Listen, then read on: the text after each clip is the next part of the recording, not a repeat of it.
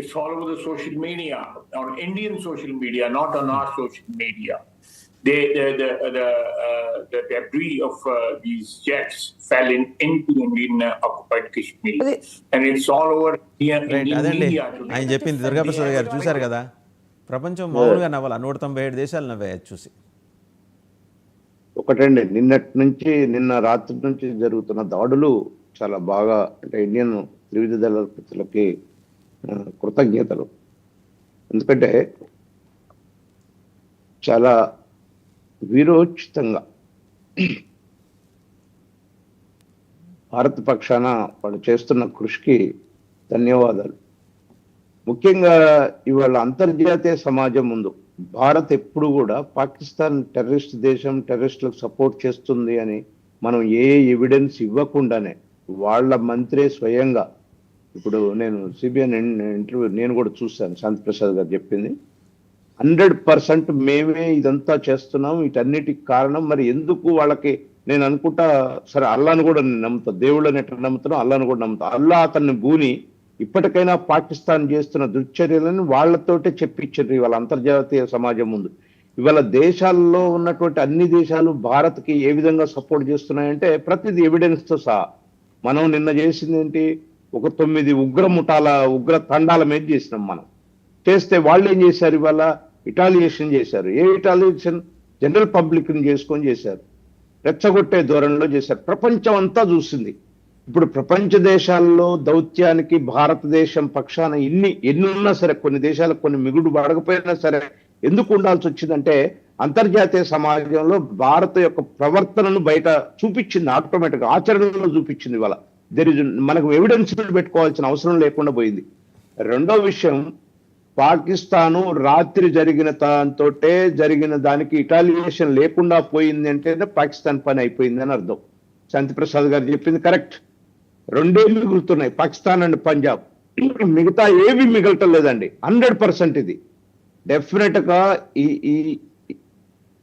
ఈ వారితోటి ఆక్రమిత కాశ్మీర్ ఏదైతే ఉందో అది ఇండియాకు వచ్చేస్తుంది.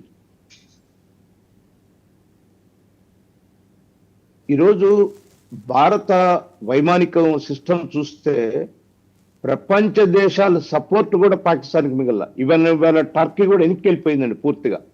వాళ్ళ మధ్యలో అనుకున్నారు, మళ్ళీ వెంటనే వాపస్ వెళ్ళిపోయారు. వాళ్ళు ఒక వెపన్ కాదు కదా, ఏది పంపే పరిస్థితి లేదు. సముద్ర జలాల్లో వాళ్ళు దిగే పరిస్థితి కూడా లేదు. ఈరోజు ఏది చూసినా సరే ఇవాళ అంటే సరే పాకిస్తాన్ దుశ్చర్య చేయటం వల్ల ఇవాళ మనం యుద్ధం మొదలుపెట్టాం. కానీ ప్రపంచ దేశాల్లో ఏదైతే మనం ఎకానమీ నెంబర్ 1గా కాబోతున్నామో, ఈవెన్ యుద్ధ భూమిలో కూడా నెంబర్ 1గా కాబోతున్నాం అనేది ప్రపంచ దేశాలు కూడా చూసాయి.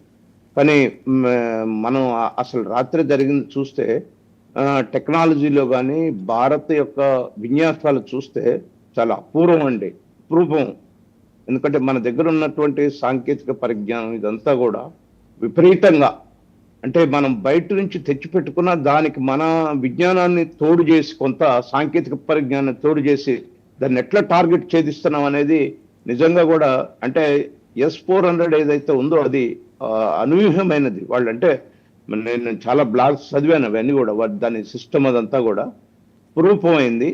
అయితే వాళ్ళు వేసినటువంటి 15 రాకెట్స్ని 8 రాకెట్స్ని కూల్చగలిగారు. మిగతా రాకెట్స్ కూడా ప్రాణ నష్టం జరగకుండా కొంత నష్టం జరిగింది. మనకి యుద్ధం అన్న తర్వాత మనం 90% ఉంటే 10% ఎక్కడో ఒక్కడ జారి వచ్చి పడుతుంది. కానీ అది కూడా రాకుండా మెయిన్గా ఇక్కడ ఏంటంటే అక్కడ రాడార్స్ అన్ని ఫెయిల్ అయిపోయినాయి. ఇప్పుడు అక్కడ రాడార్ సిస్టమ్ ఏమీ లేదు, ఒకే ఒక్క దగ్గర ఉంది ఆ రాడారు. దాన్ని కూడా బ్రేక్ చేస్తారు అనుకుంటే వాళ్ళ ఈవినింగ్ వరకు. ఇంకొకటి సరే మన పెద్దలు ex-DGP గారు ఏదో వెపన్ ఉన్నటువంటి రాడార్ మొత్తం పోయిందండి. ఇప్పుడు వాళ్ళు నేను చూసిన దాన్ని బట్టి రాత్రి కొన్ని విశ్లేషణలు చూస్తే ఈవెన్ వాళ్ళు ఆ వెపన్ ఉపయోగించడానికి కూడా వాళ్ళకి సాంకేతిక పరిజ్ఞానాన్ని మనోళ్ళు స్మాష్ చేశారు ఆల్రెడీ. భయపడాల్సిన అవసరం లేదు. Air defence system of Pakistan has been neutralised అని ఇంటర్నేషనల్ న్యూస్ ఏజెన్సీస్ కూడా రిపోర్ట్ చేశాయి. వాళ్ళు కూడా న్యూట్రలైజ్ అయిపోయింది. కాబట్టి ఇవాళ పాకిస్తాను ప్రజలు కూడా ఇప్పుడు రోడ్డు మీదకి ఎందుకు వస్తున్నారంటే, అవసరమైతే భారత్ని మీరు యుద్ధం చేయకండి, మేము ఏదో ఒక నాయకత్వంతో మీతో సఖ్యతగా ఉండాం అనే పరిస్థితి తీసుకొచ్చారు ఇవాళ పాకిస్తాన్లో. ప్రజలు బయటకు వచ్చేస్తున్నారు. ఇమ్రాన్ ఖాన్ వాళ్ళు వస్తున్నారు, వేరే గ్రూప్ కూడా వస్తుంది, బయటకు వచ్చి వాళ్ళు చెప్తున్నారు మాకు ఇది వద్దు, ఈ యుద్ధం వద్దు అనే కాడికి తీసుకొస్తున్నారు. పాకిస్తాన్లో ప్రజలంతా యుద్ధం కోరుకోవట్లేదండి. రెండవది, ఇవాళ ఎంత పెద్ద నేరం చేశారంటే, మనం టెర్రరిస్టులను అటాక్ చేసి 100 మంది టెర్రరిస్టులను చంపితే వాళ్ళు ఏదో యుద్ధంలో సైనికులు జరిపోయినట్టు కమాండర్స్ వాళ్ళ ఆఫీసర్ జనరల్స్ పోవటం అనేది ఇది ప్రపంచం ముందు, అంతర్జాతీయ సమాజం ముందు ఇట్లా నిలబెట్టిందండి. అంటే మనం ఇన్నిసార్లు నుంచి మన మామూలుగా మనం మాట్లాడుకునేటప్పుడు వేరే దేశం ఇన్వాల్వ్ అయ్యి మేం చేస్తామన్న దానికి ఇవన్నీ సాక్ష్యాలు తీసుకుపోయి పాకిస్తాన్ మంత్రులు వచ్చి ఒకటి చెప్పటం, మనం పోయి అది కాదు ఇదని చెప్పటం, ఇవన్నీ కాకుండా ఇవాళ అంతర్జాతీయ సమాజమే చూసింది, దీన్ని ప్రత్యక్షంగా చూసింది.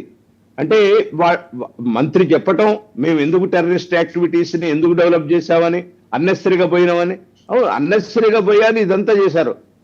ఇది జరిగిన తర్వాత మళ్ళా కూడా అంటే దేశంలో సైన్యం మీద ఒక అటాక్ జరిగితే, ప్రజల మీద అటాక్ జరిగితే ఇవాళ మోడీ గారు ఏంది, మనకు మొన్న జరిగిన పల్గామాలో జరిగినటువంటి దానికి ఇటాలియేషన్ మనం చేస్తున్నాం. టెర్రరిస్టుల మీద చేస్తాం మనం. వాళ్ళేంటి అక్కడ ప్రజల మీద జరిగితే చేయాలి, కానీ టెర్రరిస్టుల మీద జరిగితే చేయటం ఏంటిది? సామాన్య ప్రజలనేది మనోళ్ళు కూడా ఒక 30-40 మంది చనిపోయారు బోర్డర్లో ఉన్నవాళ్ళు. ఇది ఎంత దారుణం అండి. అందుకంటే భారతదేశ పౌరులు కానీ, భారతదేశ నాయకత్వం కానీ, అన్ని పక్షాలు కూడా ఏం కోరుకుంటున్నాయంటే అక్కడ ప్రజలు అవసరం లేదు, అక్కడ ఉన్నటువంటి టెర్రరిస్ట్ తాండాలను నాశనం చేయాలి పూర్తిగా. ఇవాళ మసూద్ తమ్ముడు చనిపోగానే లాంఛనాలతో చేస్తారా? లాంఛనాలతో కర్మకాండ ఒక దేశం చేస్తుందా? ఇంత అంతర్జాతీయ సమాజం ఏమనుకుంటుందండి? అంతర్జాతీయ సమాజానికి మొత్తం తెలిసిపోయింది. కాబట్టి పాకిస్తాన్కి దిక్కు లేదు. నేను ఎక్కడో చదివానండి ఒక 2 years 3 years బ్యాక్, 2025లో పాకిస్తాన్ అనేది మ్యాప్లో లేకుండా పోద్ది అనేది నేను చూశాను. నేను ఎందుకు ఇదంతా ఉత్తదే, ఎందుకు వారు వస్తుందిలే అనుకున్నా, కానీ అది జరిగేటట్టే కనపడుతుంది. ఎవరో రైటర్ పేరు కూడా నేను చెప్తాను, నేను ఉన్నది నా డైరీలో రాసింది. అయితే ఇలాంటి సిచ్యువేషన్ తెచ్చుకుంది పాకిస్తాన్ స్వయంగా. అంటే ఒకప్పుడు ఇండియాని లెక్కేసుకున్నారు, కానీ ఇవాళ అట్లా లేదు. ఇవాళ సరే పార్టీల గురించి నేను మాట్లాడను, కానీ కాంగ్రెస్ పార్టీ అధికారంలో కేంద్రమా, బీజేపీ అధికారంలో కానీ వాళ్ళు ఉన్నటువంటి నాయకత్వం వెరీ స్ట్రాంగ్ గా, అంటే దేశ స్వాభిమానం కూడా ఉండాలి. వాళ్ళకి లేదని కాదు, అనేక రకాలుగా. అంటే కొంతమంది ఏమో సరే ఏదో మనం అట్లా ఉండాలా ఇట్లా ఉండాలా, సోషలిజం జర్నలిజం అని ఏదో చేస్తుంటారు, కానీ అట్లా కాదు.